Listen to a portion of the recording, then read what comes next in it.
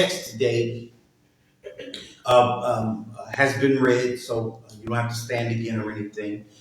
Those of you who are with us in the in virtual space, in our virtual sanctuary, you should see the text in the comment section. But for those who just arrived, we are in Mark. We're in the Gospel of Mark, chapter 13. Mark, chapter 13, verses 1 through 4. And it reads this way.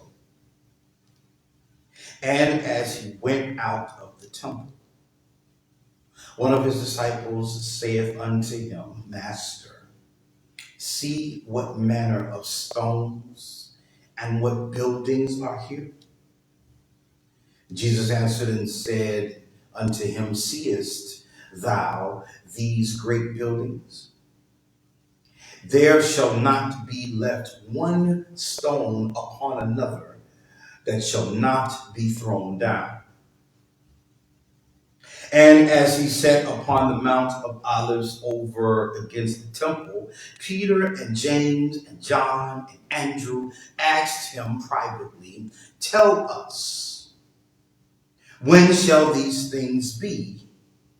And what shall be the sign when all these things shall be fulfilled? The word of God for the people of God, and the people of God said, Amen. We'd like to use as a subject, don't let them lie to you. Just don't let them lie to you. We are excited about this day and the time in which we live because we're going to say it now and we'll share it again at 11. My brothers and my sisters, we have a lot to be concerned about, but we ain't got nothing to worry about. Now, the one thing that we ought to be concerned, and actually one thing we ought to be worried about, is whether or not we're on the same page with God.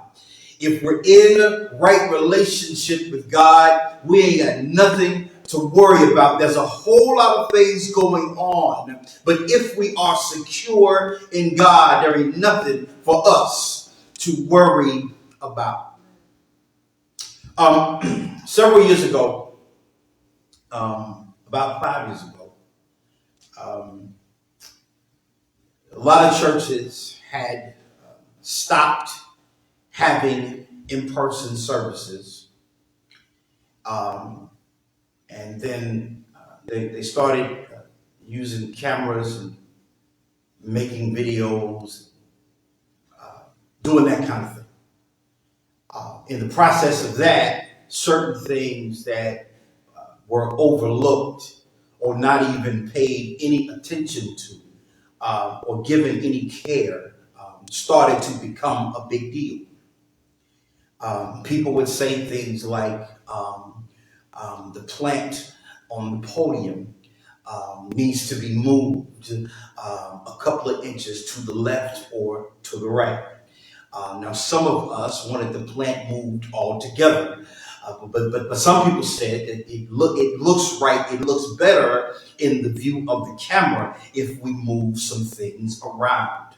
Would you mind taking the programs from 3 weeks ago, if you don't mind taking the programs off of the seat of the pews because it's in the view of the camera? Now, it's been there the whole time. It should have been discarded a long time ago, but no one cared. But now that there's a camera facing it, now we must make some adjustment. People made adjustments in their wardrobe.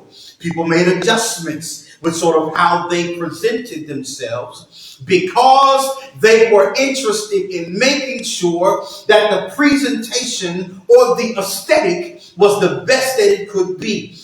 People were often saying things like, it's all about the aesthetic. Let's make sure that it looks the way it should look. Let's make sure that everything is in line. Let's make sure that nothing that should not be in view of the camera. Let's make sure it's not. Young lady, please grab your son because he keeps getting in the camera and he's stealing scenes from the preacher. He's in the back waving at people. Doesn't matter that we're grateful that he's here, but it's messing with the aesthetic. Don't let them lie to you. Because just because a thing looks right, that don't mean that that thing is correct. I bring all of this up because I don't want you lied to. I don't want you played. I don't want you misled ever again. And we are in a very misleading season in our lives. Don't let them lie to you. Just don't let them. Believers, my brothers and my sisters, don't let them lie to you. I bring all this up because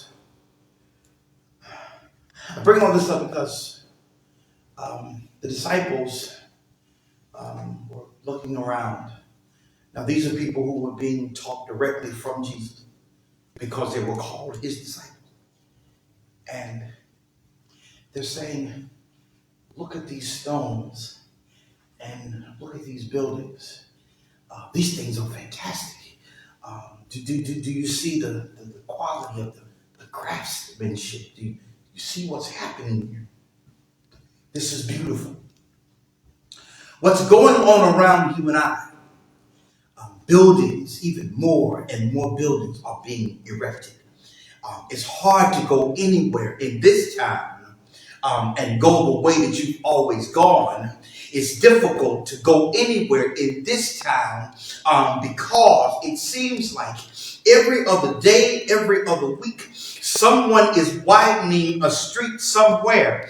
It didn't take long to get where we were going, but it seems like the more they widen the streets and they add extra lanes, it seems like more people show up and it seems harder to get anywhere. I gotta dodge a tractor. I gotta get out of the way of a bulldozer. I gotta make sure I don't drive into the hole in the street. There's a lot of things happening around us, and people are calling it progress. There's a lot going on, and people are insisting that it is progress. Please don't let anyone lie to you. Don't let it happen ever again.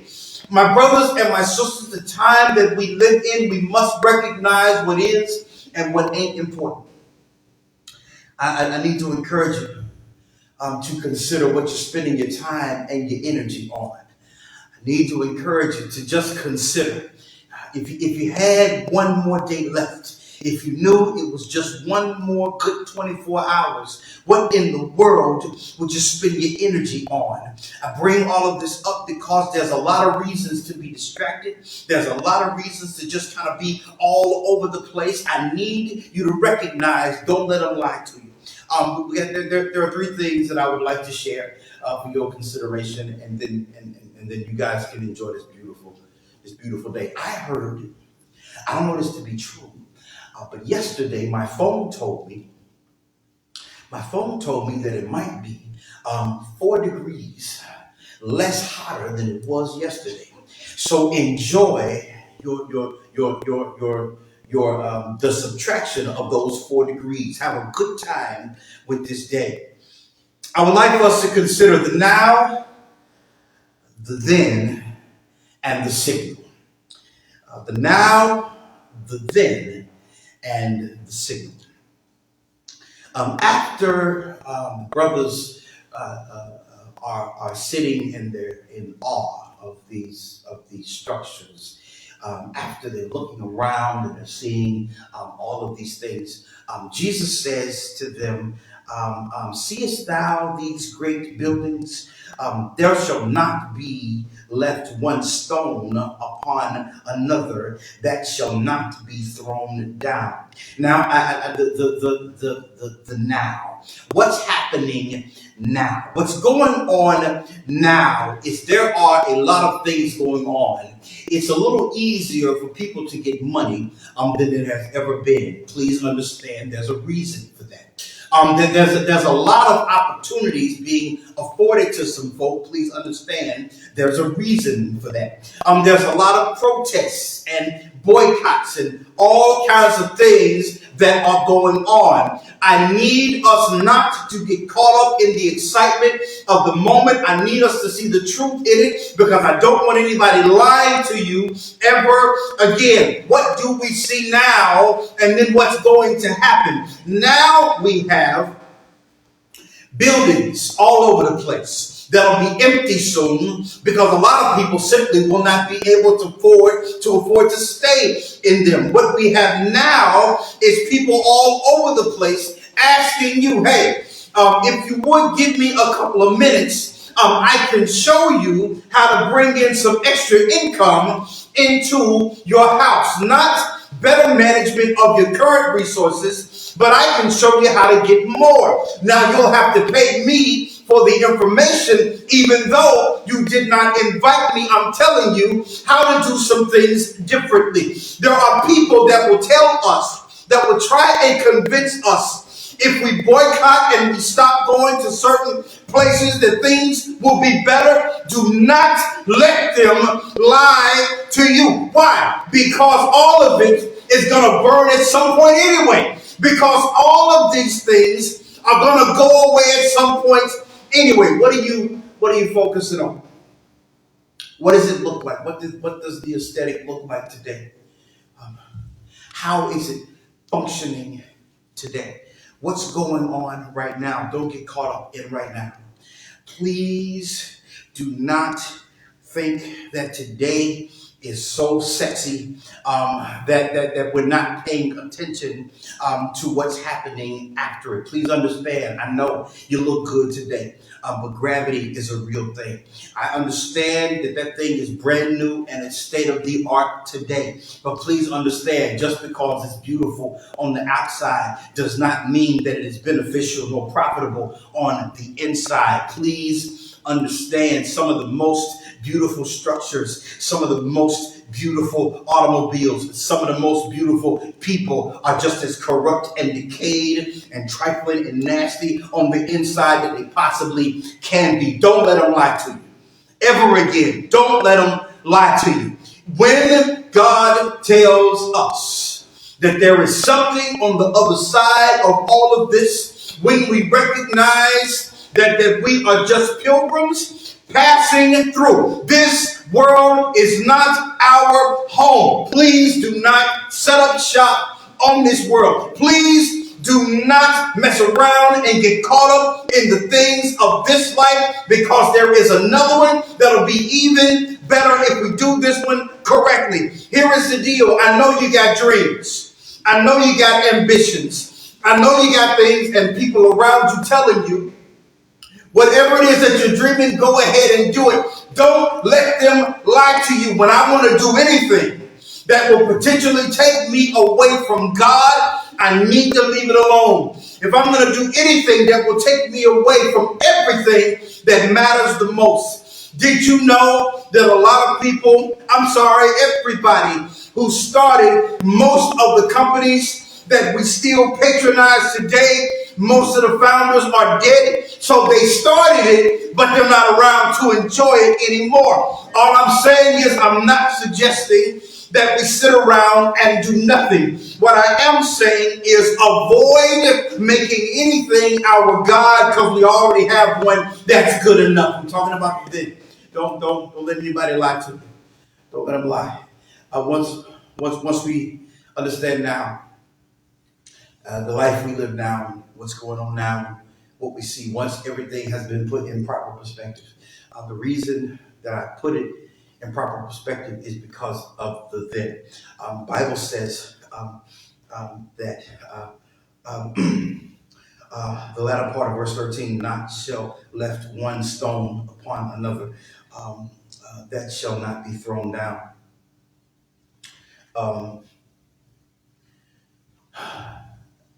There's going to come a time when everything that seems big and powerful and overwhelming and godlike is going to come down.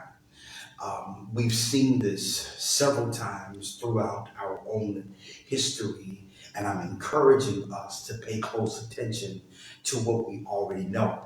We've seen churches, we've seen organizations, we've seen countries.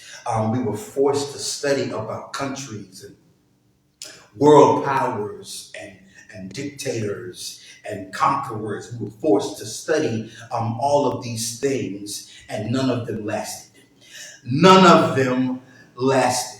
I need us to understand that what goes on here, there's a shelf life and an expiration date. But my relationship with the Most High, it is in fact eternal. There is a life that needs to be lived after this, and I don't understand why I would prefer, I would even choose, why it would even be on the ballot sheet to be miserable now and then wind up going to hell anyway. I don't understand why that would even be an option, but my brothers and my sisters, I understand how good things look now, how appealing they can be right now, but all I need to encourage anybody, what looks good today is going to be desolate tomorrow. All I'm driving at is all of the stuff that so many people have been working their heads off. I was about to cuss. I'm sorry. All of the things that people have been working themselves to death to get done right now. I'm talking about the separation of families. I'm talking about this. If we are separated because of the truth of God, and although it would hurt, I can live with it. But if we're being separated because I got some ambitions, if we're being separated because I want to live my dreams, if we're being separated because I have gotten to a place that I'm going to get mine and I'm going to do everything that I want to do right now, we have a problem, because everything that is getting built today, if God didn't build it, if it was not his influence that got that thing done, all of the labor is in vain. All of it. Because there will come a moment where it'll all get torn down. Everything you see around us, everything you see, it'll all go anyway. All of it. Let's enjoy what we can enjoy. Let's have a good time with what we can have a good time with. But this idea of being married to our dreams and our visions, this idea of being married to properties, being married to money and wealth. There are more people now teaching people how to be wealthy who are just as broke as they can be. There are more people teaching about these things than we've ever had in our lives. The focus is not God right now. The focus is wealth. The focus is not God right now. The focus is us living our own dreams. The focus is not God right now. The focus is doing everything that we wanted to do. Why not? You've put your life on pause for a long time. So why not you go ahead and live for you? My job is not to live for me. My job is to live for him, because he is the one who will instruct me. It doesn't matter whether you change the carpet right now. If that's what you want to do, go ahead and do it. But if it takes your mind off of me, we got a problem. If you want to reupholster some things, go right ahead and do it. If you want to knock down a wall in your house, you want to go ahead and build another one because you want to sit your butt somewhere else, that is just fine. But if that project takes us away from God, we got no business doing it. Don't let them lie to you. Don't let anybody lie to you. Not now. Not ever again. Don't let them lie to you. There are some people who are beloved, people who are looked up to, people who are followed, people who were told that the message is so good, and we're told that it's uplifting and encouraging. But if you look at the truth of the situation and the individuals, these things are just as poisonous and just as toxic as they possibly can be. Don't let anybody lie to you anymore. Ladies, do not let anybody lie to you anymore. Don't let anybody mess with you emotionally ever again. Don't let anybody mess with you by telling you what you want to hear. Don't let anybody lie to you by praying on the one thing or messing with the one space where you're most vulnerable. Don't let them lie to you again. Brothers, don't ever let anybody lie to you again. Don't ever let anybody make you weak by lying to you. Don't ever let anyone do this ever again. Why? Because everything that is getting built today, there won't be a stone there that will not be torn down. So don't waste your time and don't be deceived. Once we figure that out, once we get to the now, but then we get to the signal. So here's what happened. After all this is going on, the disciples decide to ask a very good question. Now, Pastor Riley thinks there are some tricky questions out there, but this one happens to be a good question. So they said, verse 3, as he sat upon the Mount of Olives over against the temple, Peter and James and John and Andrew, all four of them, asked him privately, Jesus, tell us, when shall these things be? And what shall be the sign when all these things shall be fulfilled? So what they wanted to know was, when is this going to happen, and how will we know? This is a good question. So Jesus is saying, don't get excited about that because it's going to be torn down. And what they want to know is, when is it going to be, and when will I know? So what's the signal? Now we're going to get into a lot of this at 11. So if you want the rest, my apologies. You'll have to come back at 11, and then we'll get into the next part of it. But the point is this: I can't see what I'm not looking for. This is why it's a good question. Some people are so focused on the today that God might be somewhere saying, hey, check it out. Come, look this way. And we might not be paying any attention because we've got caught up in things.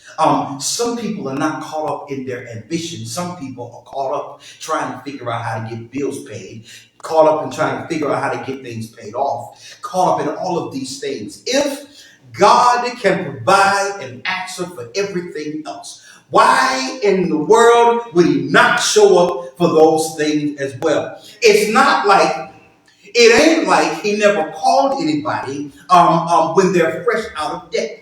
It ain't like he called people when they had life all together. So many of the believers are putting their future on pause because they're trying to solve problems rather than just getting connected to the Lord. Because the biggest problem of our life is whether or not we have a relationship with God.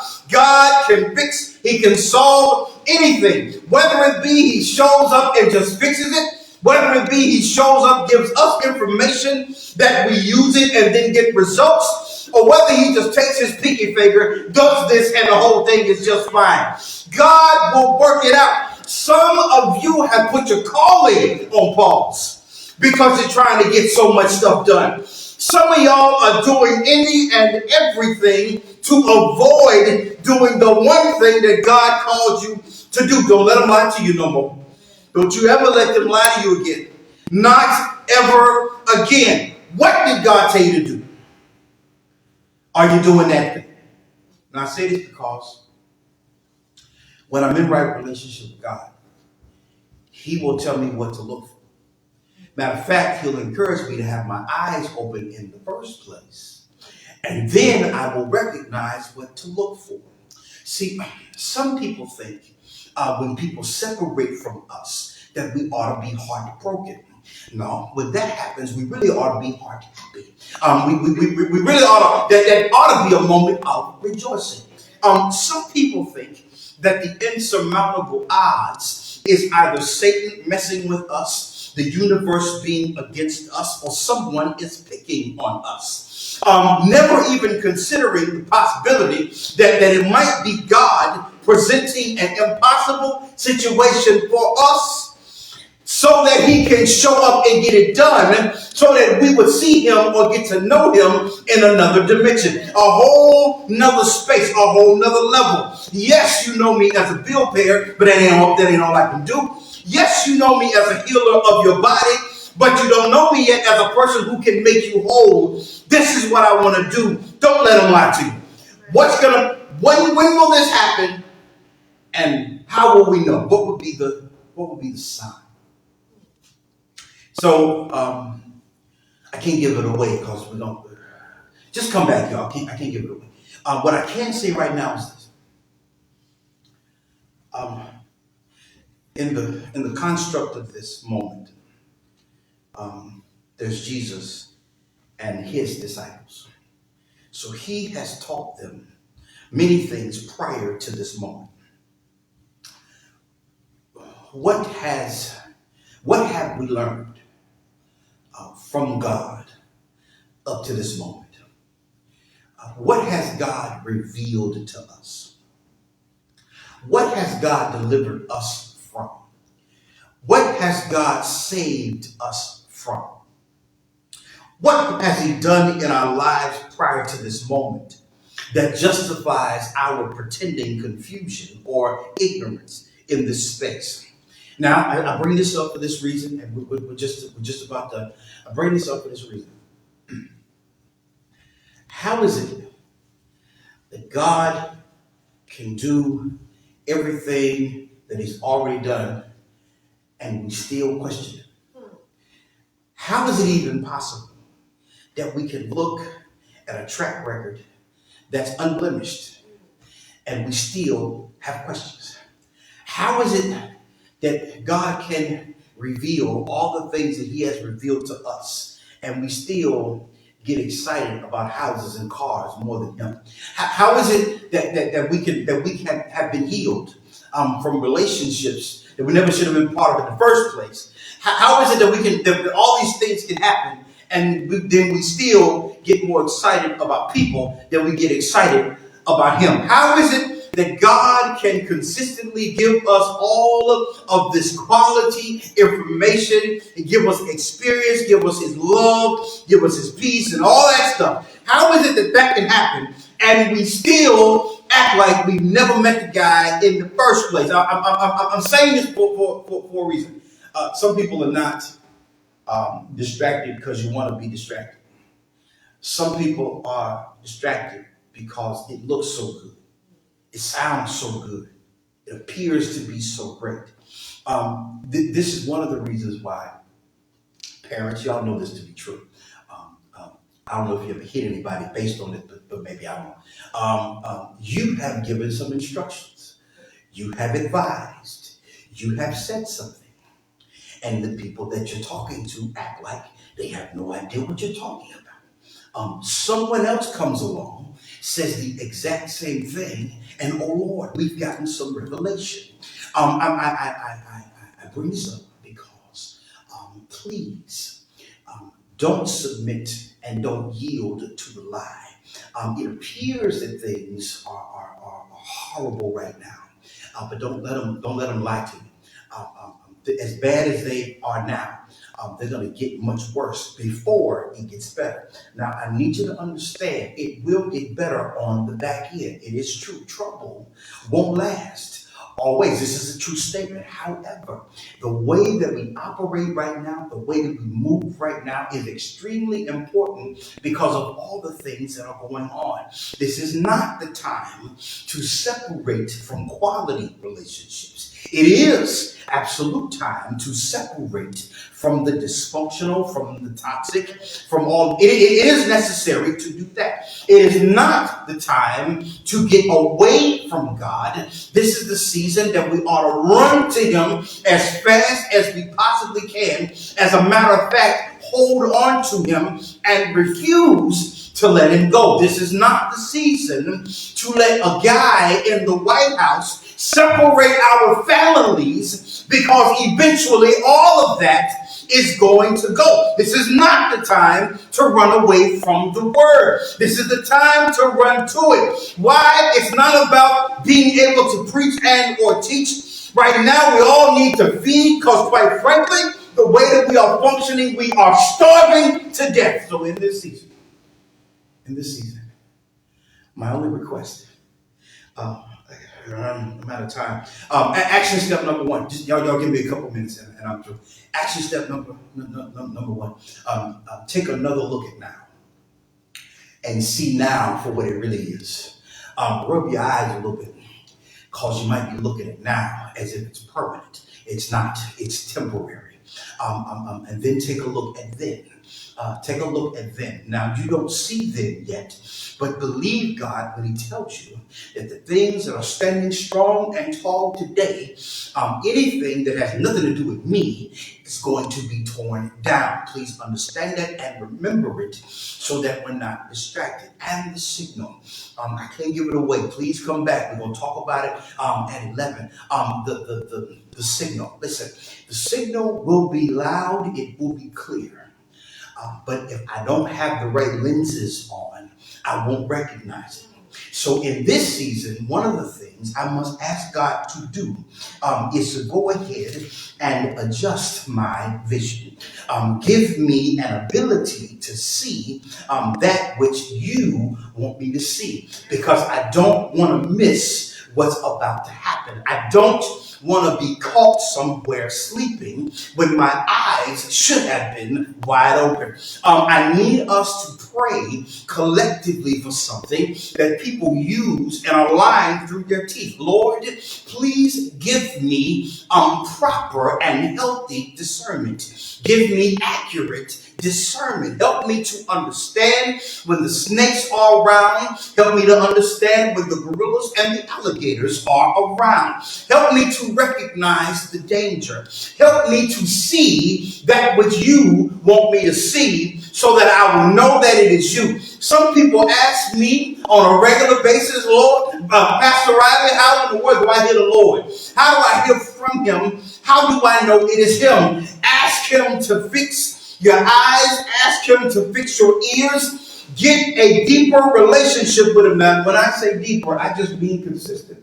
That's all I'm talking about. I'm talking about, you might talk to Him Sunday and Monday, but you got a few more days in the week. So I'm just saying, if you consider spending a little more time with Him, it may be easier to hear Him when He is speaking unto you. All of this is important, is because we're on a road. We're on a fast track to some destruction. Every day something's going on. Every day something's happening. We're on a fast track to some horrible times. So this is why we got to get ourselves together today. Please stop letting people tell you what thus saith the Lord if they don't know where it is in the scripture. If they ain't got no relationship with Him Himself. Please stop allowing people to sit in the seat that is only reserved for God Himself. Don't ever let that happen again. All I'm asking is from this point forward, don't let them lie to you. That's all we have. Everybody stand. This is our second favorite moment in the worship experience. Y'all know what I'm going to say. All I want in this moment